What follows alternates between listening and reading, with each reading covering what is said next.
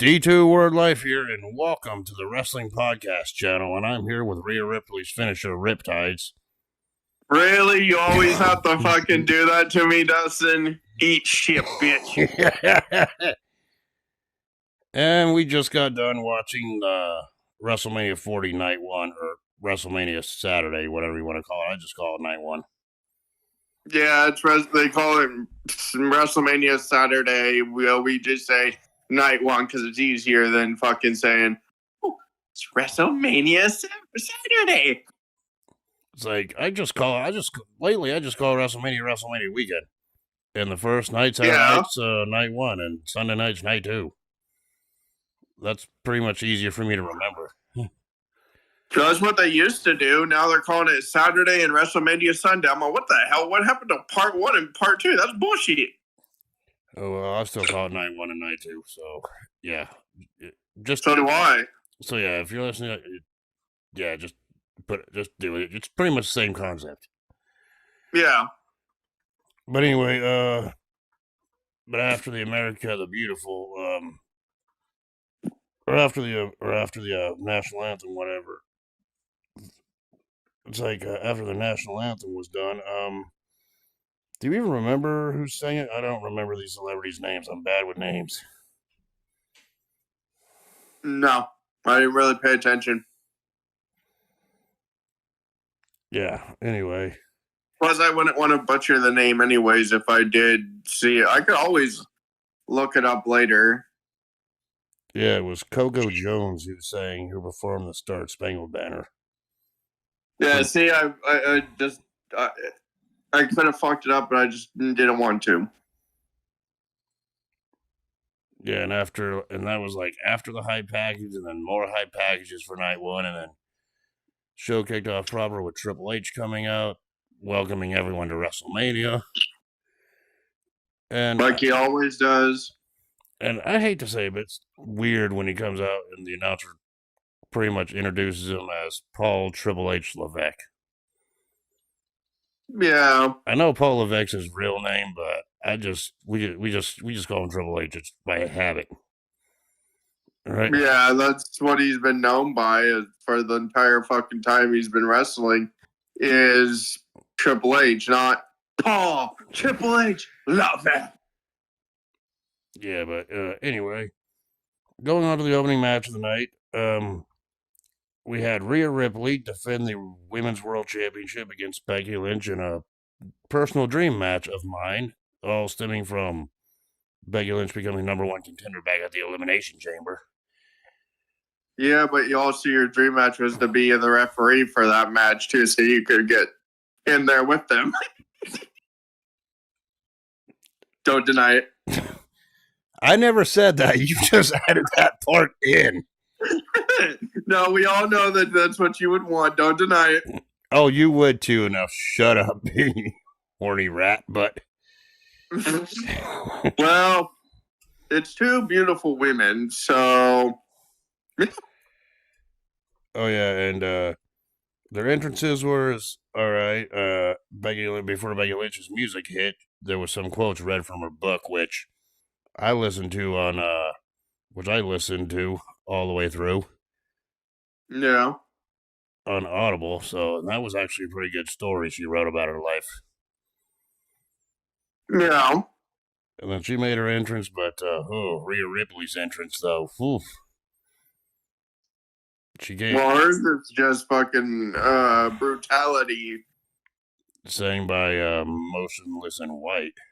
So she got a live performance to the ring tonight. Yeah. Well, at least we got to meet the freaking people that sang her damn song for the longest damn time. Yep. And then after all the entrance is done, the introductions were done, and everything else, the match got started. So before we go into detail, what's your thoughts on this one? It could have gone either way. It was a 50-50 for that shit. And for me, I really didn't have any prediction for that match because I'm like, I'll be satisfied if either of them wins because I'm a fan of both. It's a match I've been wanting to see for a long ass time since it was announced. Yeah. And yeah, like you said, it could have gone either way, including freaking Rhea Ripley hitting the U on Becky Lynch, and she kicked out. And Lynch kicked out.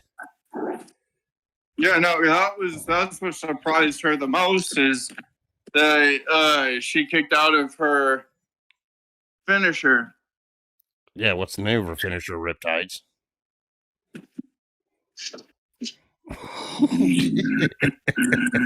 I'm having way too much fun with this joke. Yes, I'm gonna come back and bite you in the ass. 2 centimeter. Oh, shut up. At least I didn't. At least I didn't have my gamer tag named after a finisher. But first of all, I had that before her, so there. This is gonna be a joke on you every time we review a Rhea Ripley match. I swear. But yes, it's gonna be a pain in my ass like it is every other time. And we even had freaking Becky Lynch even lock her in the disarmor, and then we had Rhea Ripley lock her in her submission hold. The prison trap. The prison trap. Even grapevining, I thought, okay, it's gonna end here. Nope, it did not. Yep. Yeah, but in the end, Becky Lynch took a Riptides in the turnbuckle and another one on the mat, putting her down for the 3 count with Rhea Ripley retaining. Multiple Riptides. It took like 3 of them, all total in the match. 3 or 4 of them. No, it's 5 of them because she hit her twice with the Riptides in the ring, and then hit her on the turnbuckle, and then. I mean, yeah, and then got the win. Yeah. I mean, our description of this match, I thought it was a good way to. Our description of the match really can't do it justice. You're gonna have to watch it back yourself. But I thought it was fairly good.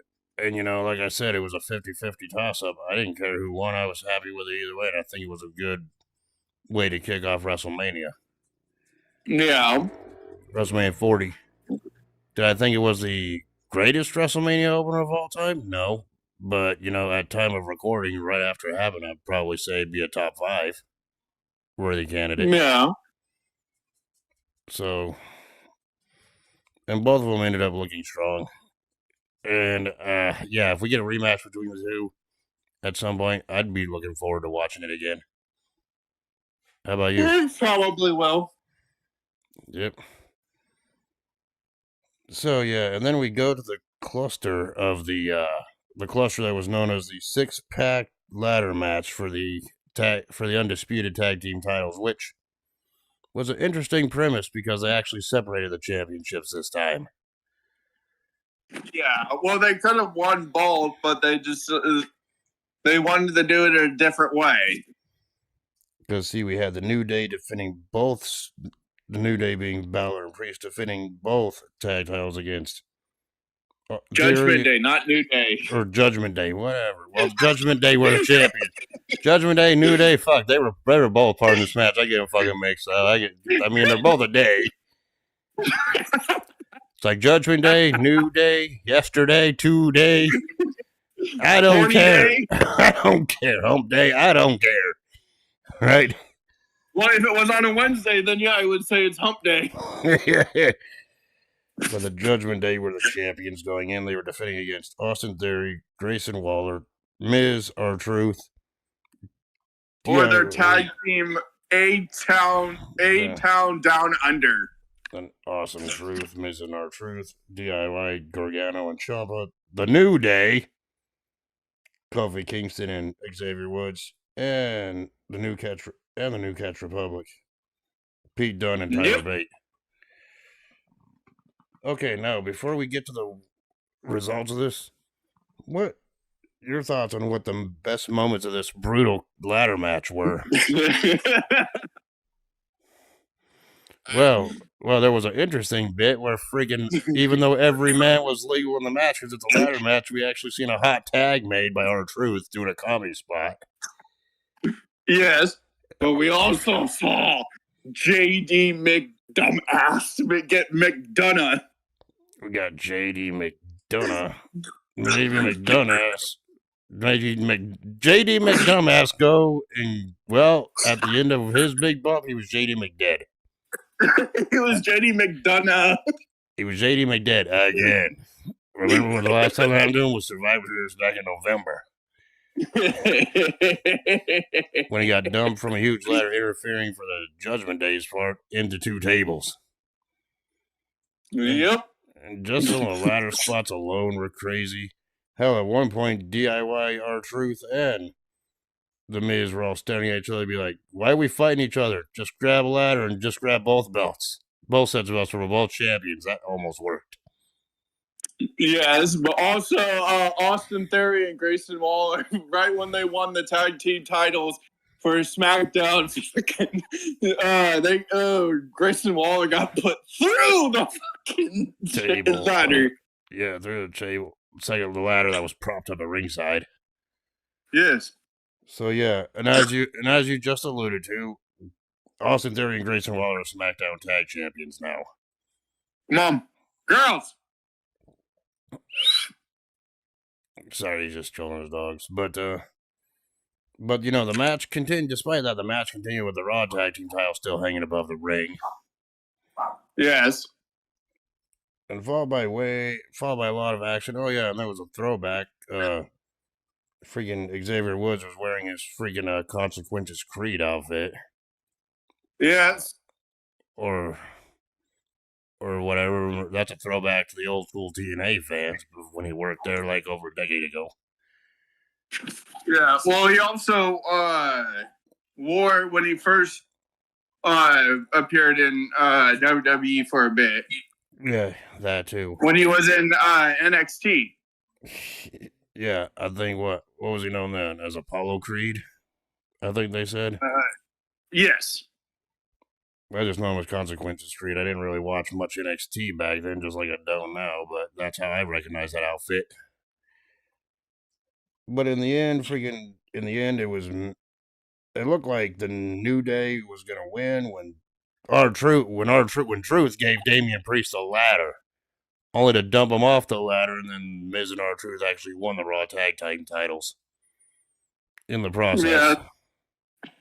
Yes, but the thing was with that is freaking that whole match was chaotic as hell. Freaking DIY's Johnny Gargano fucking put him and Tyler Bate through the fucking table. I mean, if you want reckless freaking spots throughout an entire match, this ladder match from this WrestleMania night 1, that ladder match is it. I mean, it was just like a car crash, a human demolition derby all around. You know what I mean? Yeah, no, that was a human demolition derby. If I've ever seen one for that match, because there was ladders everywhere, freaking bodies everywhere. Of course, Grayson Waller and was put through the damn table, which I was happy about, or through the ladder, which I was happy about. Yeah, and JD McDumbass went through 2 tables. And JD McDumbass, or what his real name is, JD McDonough, fucking did the devil inside of me, and then he got fucking taken out by yep. the fucking New Day, which was funny as hell because he's just like, oh, I'm gonna lay it. And he became JD McDonough. So yeah, either way. McDonough. Yep. So either way, I think that was a good match to see. Good car crash. Good way to get your chaos in for Mania. Yeah, but you know, a little calm down match after that was a tag team matchup. It was Rey Mysterio and Andrade. It was also the first time that Miz and Truth were tag team titles, and the first time Truth won WrestleMania in his career. It's like, yep, that's a feel good moment.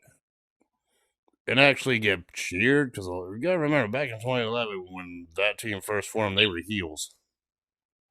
Yeah. So yeah. But anyway, after that match, like I was about to allude to, we have the tag team match next. It was It was Santos Escobar and Dominic Mysterio, 3 Judgment Day matches in a row tonight. Pretty much with that representative of Dominic representing the group, taking on Rey Mysterio and Andrade. Yep. So only 1/3 of the Judgment Day won. Yeah. Yeah, and freaking, and you know it wasn't Dominic here. We already discussed the winner of that first match, right? Yep. But anyway, your thoughts on this tag team match. You alluded to a spot earlier when you were calling me about it afterwards while the show was in progress. Dude, that was fucking amazing. Freaking Joaquin Phoenix, the dude from fucking LWO, he fucking got he's like, oh, I'm gonna do WrestleMania. Freaking stood on the freaking top and middle rope and got launched 14 freaking feet. Bro, he didn't get launched. Since we're Fortnite players in the retrospect of that game, he got yeeted. All the 14 feet. And then freaking Andrade and Rey Mysterio fucking cross body from the fucking top and then landing perfectly on them. My God. Yeah, that was a WrestleMania moment in its own right. Especially him, the guy getting fucking yeeted 13 fucking feet. It's like, okay. He comes up to me. I'm a superhero. Yeah? Can you fly? How far can you throw me? You know, the old Jeff Dunham joke. That's what it reminded me of. Yes. For me, not that far. Would you freaking be volunteer to get thrown that far? Yes. I don't think I would. Because that's because you'd only go 3 feet and splash on the ground. So would you. You're like, oh, I know I would. I'm more than 3 feet. Okay, 4. Benefit of the doubt. Shit. But in the end, Rey Mysterio and Andrade won after, I guess, 2 football players from the Philadelphia Eagles interfered, costing Dominic and Escobar the match. Well, that's because freaking, also one of my favorite parts before I get into the match was when Rey Mysterio was taking off his belt and was going to whip his son. We almost had a repeat of what happened last year at WrestleMania, but nope, Dominic got smart and got out of the ring that time. Yes, I know. That's what I'm saying. That's one of my favorite parts in the WrestleMania. And I bet when that flashback happened, you were like, do it again! Do it again! Do it again! But nope. Right. And then freaking Santos was saying the bash Ray's head in. He didn't give a shit after he was trying to take off his mask. It's like, yep. Which is the ultimate disgrace for a luchador. It's like, you think anybody that's wrestling Rey Mysterio would actually review his old matches and realize taking off the mask doesn't work? Sheesh, the guy always has a plan. Yeah. But yeah, anyway, Rey Mysterio and Andrade got the feel-good win for that one. Well, the football players stepped in to stop Dominic from bashing Ray's head in. And excuse me for not remembering the football players' names. I don't really follow the sport of football. I mean, like I said, I don't call WrestleMania my Super Bowl for no reason. Yeah, it is just freaking funny as hell. They were wearing Rey Mysterio masks. Freaking jumped in. And Pat McAfee on commentary was like, those are the biggest luchadors I've ever seen. And he's like, there's some milky white meat. Yep. It's like, those are the biggest luchadors I've ever seen. They're not. Right? Exactly. But either way, that was fucking flexed on them all. But either way, that was a feel-good moment with Rey Mysterio and Andrade picking up the win. Yep. So, and you know, Rey Mysterio and Dominic, they're father and son, so that was pretty much family versus family. Speaking of family versus family, the next match we seen was Jey Uso versus Jimmy Uso, 1-on-1. One of the three only brother v brother matches in WWE history. And yes, we say 3. We don't count Undertaker versus Kane. They're not blood related. Neither does the WWE. They don't count it as brother v brother. They just do Owen Hart and Bret Hart and Jeff Hardy and Matt Hardy. And then now Uso versus Uso. Yep. I don't count Undertaker versus Kane because those two are only storyline brothers, not real life brothers like the other ones mentioned. Yes. But, you know, I gotta say, for all the hype that this match was put in ever since SummerSlam, I kind of felt like this one felt flat. No, Jay never really wanted to face his brother, really. It's just Jimmy wanted to be a dick to him and fucking do this. It's like, the reason I say it felt flat, it's no fault of the competitors themselves, but, you know, it was only given, like, about 11 minutes, and it was more like a super kick fest. That's pretty much what this was. Plus a little fake out. With Jimmy Uso saying, I'm sorry, which we all knew that wasn't going to be the case. Yeah. I mean, it was like super kick, splash, fake out, super kick, splash, Jay wins. That's why I kind of feel like this match fell flat. I mean, what did you get out of it? Watching it. It was a good match. Like, you know, it wasn't the greatest sibling rivalry match. To me, it just felt like it could have used more. Because I know those two were capable of more as a tag team. I was expecting an all-out war. Yeah, they could have done more. It felt like a Friday night match or something. It felt more like something you'd see on Raw or SmackDown. That's pretty much what I'm saying. But still, Jay didn't really want to face his brother like that.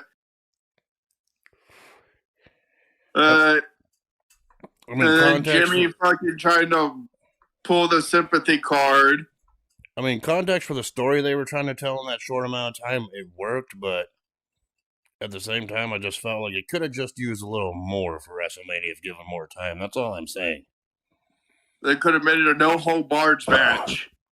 Because we know those two, whether they're in single competition or on their own, like they are, or single competition or a tag team, we know they're capable of more than just what we got. Yep. So I'm not saying it was the worst match I've ever seen. It's just meh, average. And that's no fault of the wrestlers. I know they tried their best. I mean, let's face it, wrestling's hard as it is. Yeah. But yeah, Jey Uso won.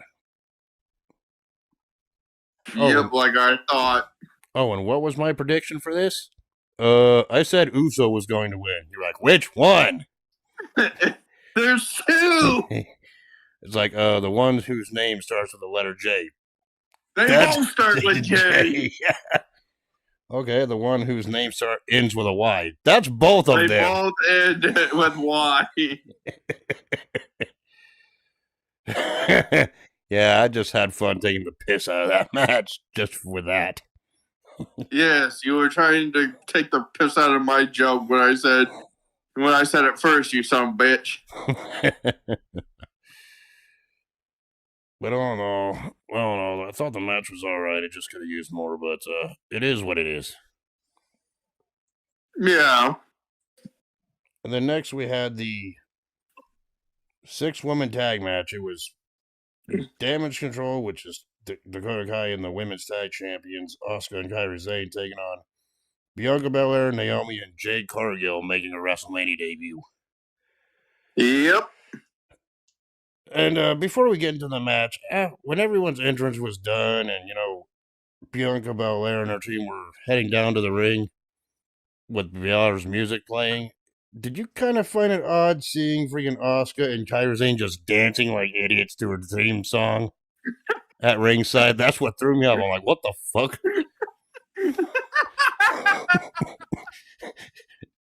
Tell me you noticed that before the match started, right?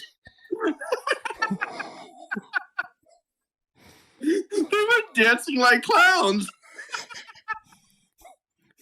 I'm like, okay, this is pretty fucking funny.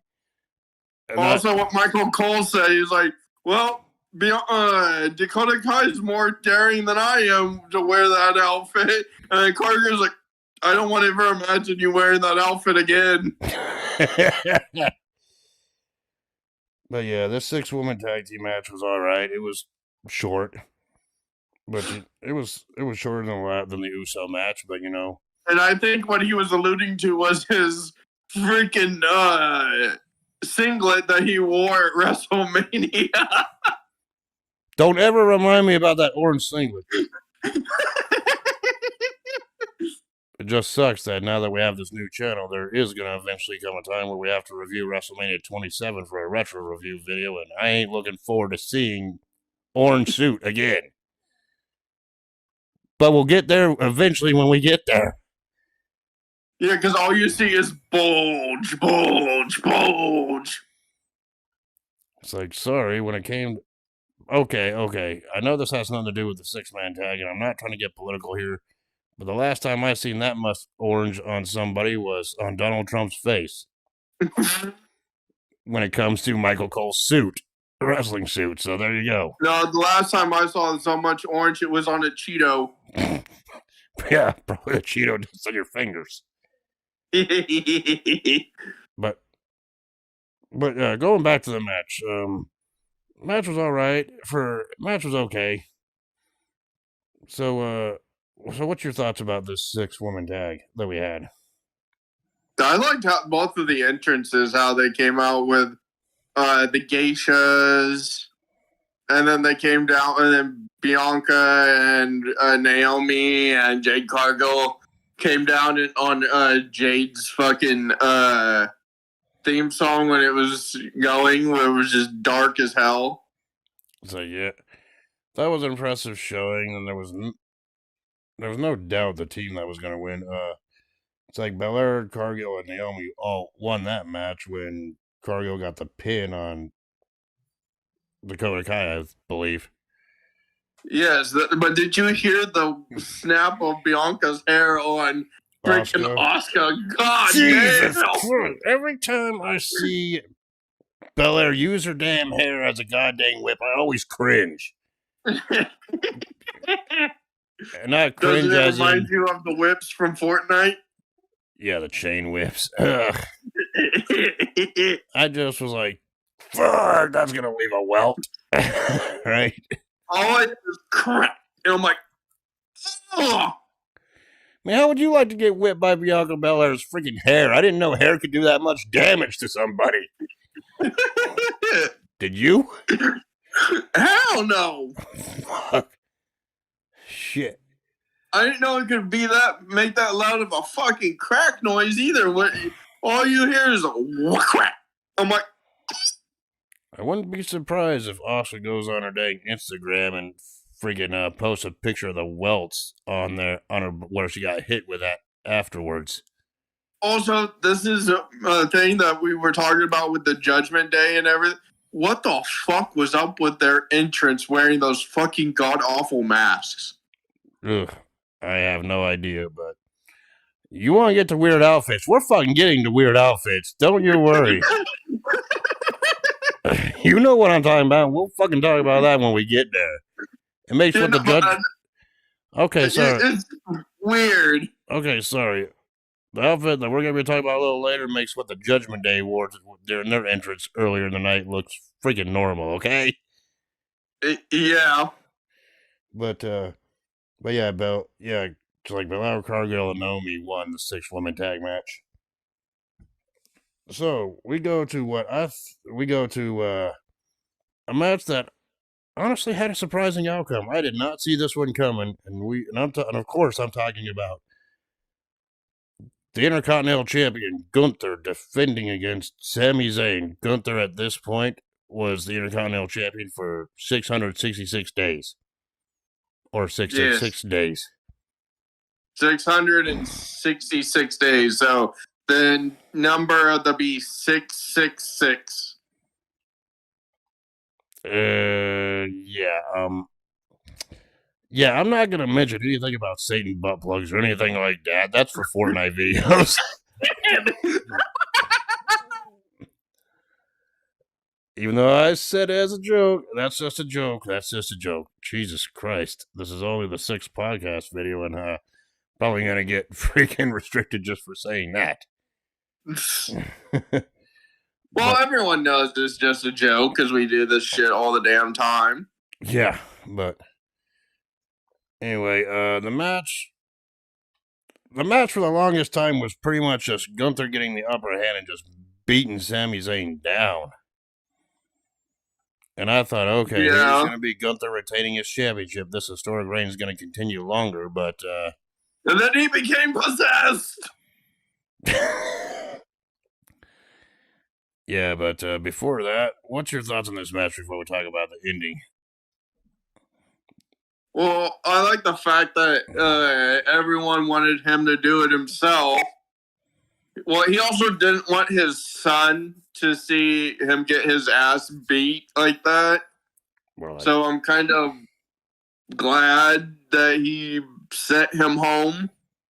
Well, to the apartment, to the hotel or something. Or in the back. Watching on a monitor. Yeah. And, fucking, Chad Gable was helping him train, and then he's like, "Oh, I want you to do this yourself," because Sammy's like, "Oh, you're gonna come with me?" And he's like, "No, but you owe me a favor." So I think he's gonna ask him for a title match at some point down the line, probably Monday or something in a week or two. Ran into Kevin Owens right before he walked out there. Just gave him a little slap and a prep talk. Yep. So yeah. How many power bombs did freaking Sami Zayn survive? Sheesh, there was moments of the match I thought Gunther was actually going to win it. But he just kept kicking out. He just kept kicking out. And even freaking Gunther had that look like, really? Right?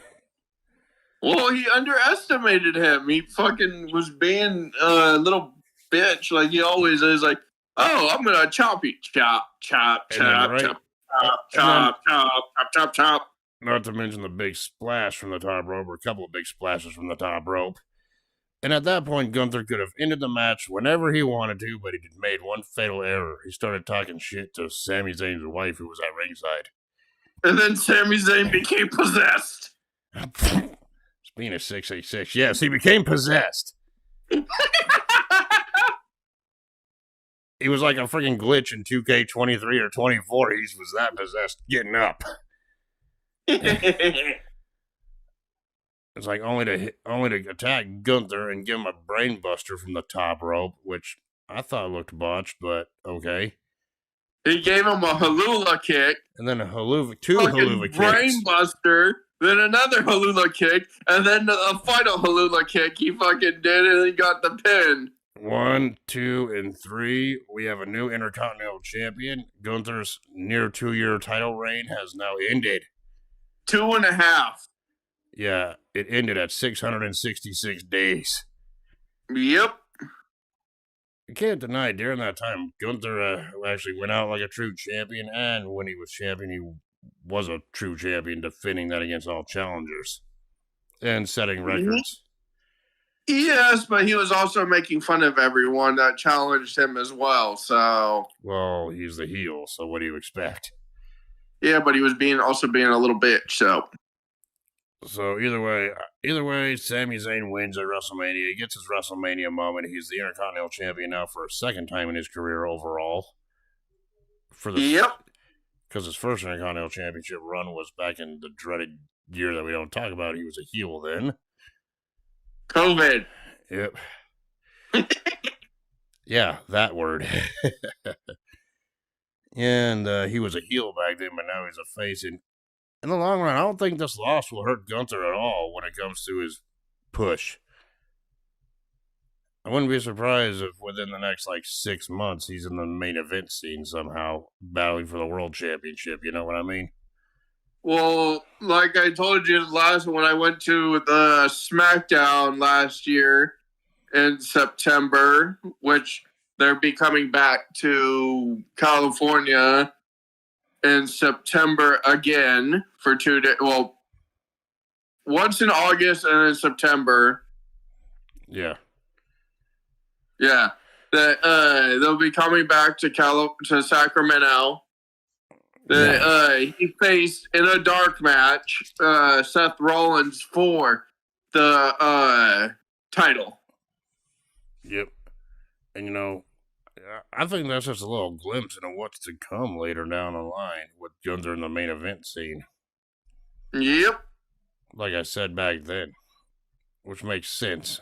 So I don't think this really hurts Gunther's stock in the company. I think his rise is still up. They just had to figure out a way for this historic belt championship reign to end before moving up to the bigger titles. Like the main event scene, you know what I'm saying? Because he has that potential. So yeah, I don't think this loss hurts Gunther in the long run. If anything, it just frees him up to compete for the main event titles now. Yeah. But either way, it's a feel-good moment for Sami Zayn, and looking forward to seeing what this reign comes in the future. What's this reign going to be like? But now we get to perhaps the screwiest main event I've ever seen in recent memory at a WrestleMania. It's worse than the Montreal screw job. Okay, maybe it's not that bad, but it was still bad. Like, it's not Montreal screw job bad, but it's... Oh, no, it's Montreal screw job bad because Rock told him to ring the bell and was holding his freaking legs in the ropes when he was telling the referee to do it. But anyway, before we get into that match, it was Cody Rhodes and Seth Rollins taking on... Well, Cody Rhodes and the world champion Seth Rollins taking on the Bloodline, which is the People's Champion, The Rock. Championship belt and all, by the way. And the undisputed WWE Universal Champion, Roman Reigns. And can we just call the belt that Reigns has the WWE title? That's pretty much what it is. Yes. In a stipulation where if The Rock and Reigns won, then the main event for night 2 of WrestleMania will be Bloodline Rules. If Rollins and Rhodes win, then the main event for night 2 would see everyone banned from ringside. Yep. And this was The Rock's first match back in like 11 years or whatever. I don't count his freaking like 5-second Eric Rowan squash victory at Mania 32, okay? Yeah. And I've never been so disappointed to see a Rock match in my entire life. Yes, I know he's trying to be the big bad heel. Yes, I know he's part of the Bloodline faction. Yes, I know he's half owner of the company now. But his entrance was amazing, though. But his entrance was amazing, though. Yeah, I'd give him that much. It was kind of a mix between Attitude Era Rock and Hollywood Rock. Right? With the flaming Brahma bull that he was coming out and walking through. Yeah. But speaking of entrances... And this is the part that we alluded to earlier. What the fuck was Seth Rollins wearing to the ring? Like, you thought the freaking Judgment Day looked weird? That was weird. It looked like a zebra print jacket that was like half white, half orange with like some kind of like big ass freaking like hat attachment on the freaking shoulder. I have no fucking clue what the fuck he was thinking by wearing that. Talk about let's get to business. Why leopard print? Get to the business. Why leopard print? And for those OGs who watch my other channel, you know what let's get to business really means. I know I was taking a piss out of that during the whole entrance. Right? Well, Cody Rhodes' entrance was, it looks like his freaking shit looks like he's wearing a fucking vest or something. Like like a freaking band member. No, petticoat. He looked like he was wearing a petticoat from World War or the Revolutionary War with George Washington and England. It's like, I swear to God, what the hell does Seth Rollins do with his ring gear? Does he look in Becky Lynch's closet and think, oh, yeah, that'll do? Like, what the? Most likely. Because his outfit has been getting more weirder and weirder each Well, entrance. he's been going far out there. Like, hypothetically speaking, if we were out in town and we've seen some dude dressed like that, like in the grocery store or at Walmart or something, you'd be thinking, what the fuck? I'm like, he's a little bit, yeah. Let's just say he's out there, right? Yeah. But anyway, on to the match. Well, you knew the match was going to be bullshit, like right near the start when The Rock was like, don't you count him out, don't count, you count, you're fired. Yeah, like I said, it was as bad or even worse than a fucking Montreal screw job because he was telling the referee not to do this, not to do that, freaking count him out. Don't disqualify, don't do shit. This was pretty much Bloodline rules come early. Yes. In a way, yes. And hell, we did get some fighting in the crowd between The Rock and Seth Rollins, though. That was good. That was a good brawl there. Yeah, and then we also, I still think he could turn on him just because of what Roman did to him in the damn ring when fucking Seth Rollins literally saved Cody Rhodes from the freaking spear. And The Rock got speared. Yes. That was fucking how Cody Seth Rollins was like, get down, Mr. President. And I'm just like, yeah, Roman done fucked up. Yep, and after some wild back and forth action, which this match could have gone either way despite the stipulations put on it, I was having fucking flashbacks because Cody Rhodes hit not one crossroads, not two crossroads, but he was about to go for the third one, only get whipped in the back by his belt. Well, he also put The Rock through the damn table with his own fucking move, too. Well, that too. But in the end, it was a freaking spear that took down Rhodes, followed by a people's elbow rock bottom combo. Yep. 1, 2, 3, and after about 45 minutes of this main event, The Rock and Reigns won the match, thus meaning that the match for night 2 is going to be Bloodline rules between Reigns and Rhodes. Yep. And Cody Rhodes is in a fucked up state. Freaking Seth Rollins took a beating, and ultimately that's going to leave him weakened for his championship defense against Drew McIntyre tomorrow night. Yeah, like Michael Cole was saying, Drew McIntyre was in the back licking his chops. Knowing that this is exactly what was going to happen. Yep. But either way, despite the disappointing ending, what was your thoughts on this match? Which was pretty much overall a one-sided affair, but what was your thoughts about the action in the match itself? It was good, except when The Rock wanted to be a fucking little fucking douchebag. Oh, yeah, one spot that we were overlooking. What about Rollins taking that spear through the barricade, which put him out of the match? Well, if Rollins could have moved for 1 second, Roman would have been through the damn wall. Exactly. But, it is what it is. It kind of, now it kind of makes tomorrow night's main event a little bit interesting. Yep. So it's like, is it going to be Roman Reigns finally dropping the title tomorrow night, or is it just going to be the same shit, different day, just not surprised? Hopefully he loses. Otherwise, same shit, different day. Every year. Yep. And honestly, are you really going to be surprised by that? Because I wouldn't be. I'd be fucking pissed off. But, yeah. Because your stupid fucking memes will continue. Acknowledge me. No.